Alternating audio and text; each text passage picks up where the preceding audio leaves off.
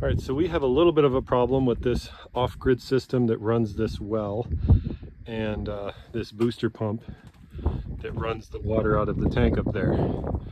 The problem is when the solar is out and the solar is providing power to the load, it's capable of starting this motor. The whole system is. These inverters can do it, and the weak point is when there isn't solar providing power to the load during the day. And this can happen with two reasons. This can happen either one, because the battery is full and the solar has just tapered off and is pretty much doing nothing, especially if there's no load, or at nighttime when there is no sun. And so those two circumstances, when this well tries to come on and build the pressure in this tank to pressurize this then is open. There's a valve that's opened and it fills that tank over there. So this really doesn't run to provide pressure for the property at the moment. But when it tries to come on with inadequate amount of solar, it will trip the BMS. And so you can see right now the sun's almost down. We got,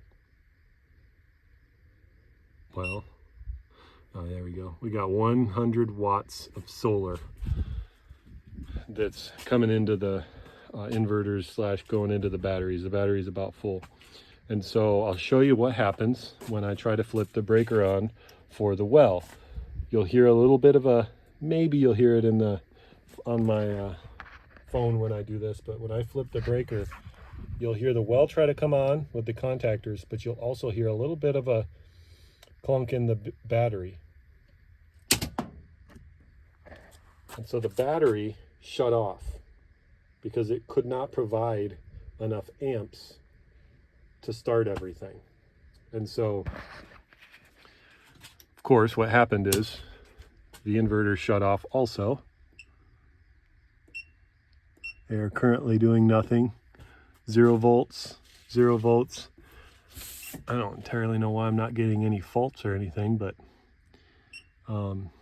so what happened was the inverter shut down because it lost connection with the battery. So what we're going to do is beef up the BMSs a little bit. We'll see if adding one battery will provide enough amperage to start this motor.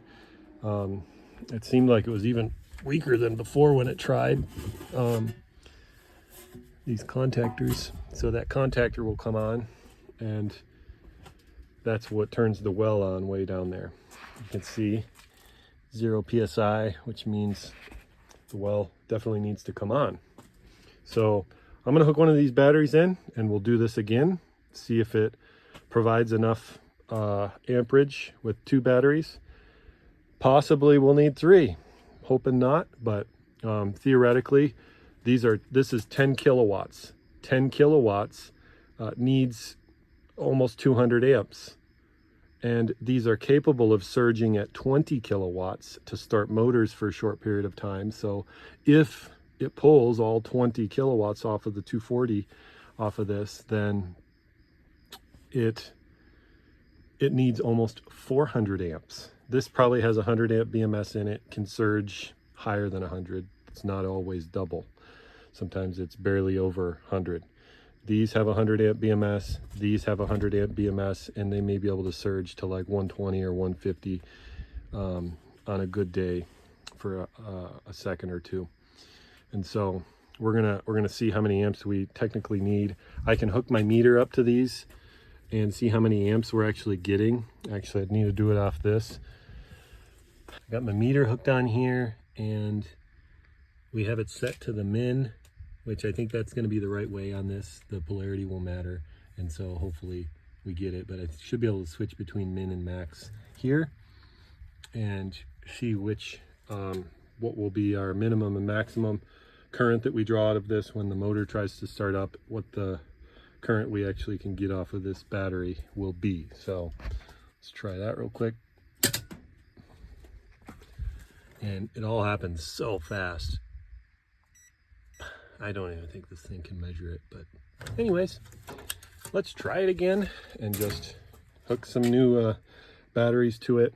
All right, before I go any further, I haven't hooked up a battery yet, but I think I found a weak point in the battery connection from there to there, and maybe that was causing the problem. So it was one of these, and my main lug on this side, especially on this, I was on the positive one, just was not a good connection. It was super loose.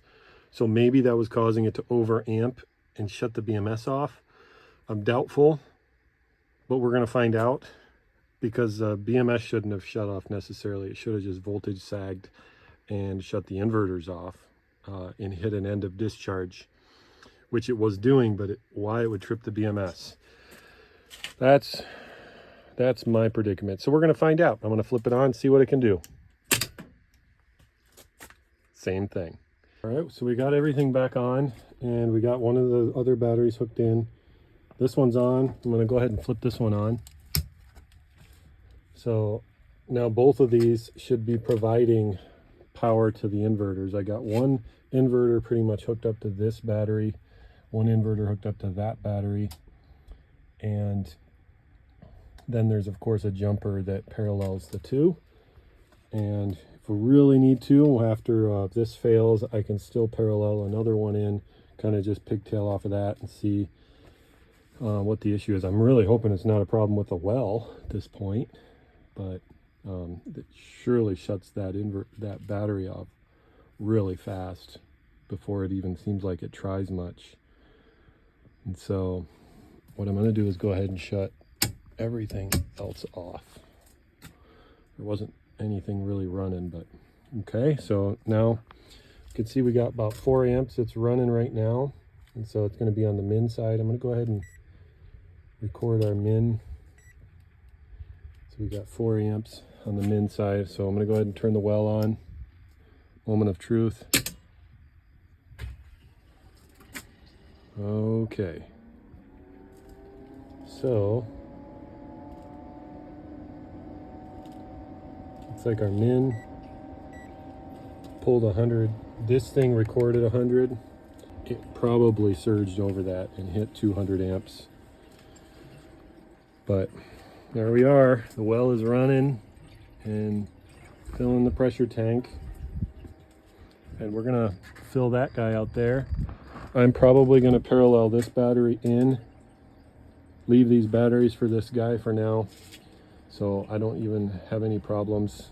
If we were close with that one, it's still probably close to tripping these with this one, and I don't even feel like messing with it. So it's a beautiful view. Come up here and work on this, but it starts to nag at you after a while. Somewhat get annoying. So here we are running, and this well is using 9 amps on this inverter, so 120 volts, so a kilowatt and a kilowatt. So it's using 2,000 running, which means it probably uses 3,000 or more to start, or quite possibly more. So go ahead and see, turn our min max off.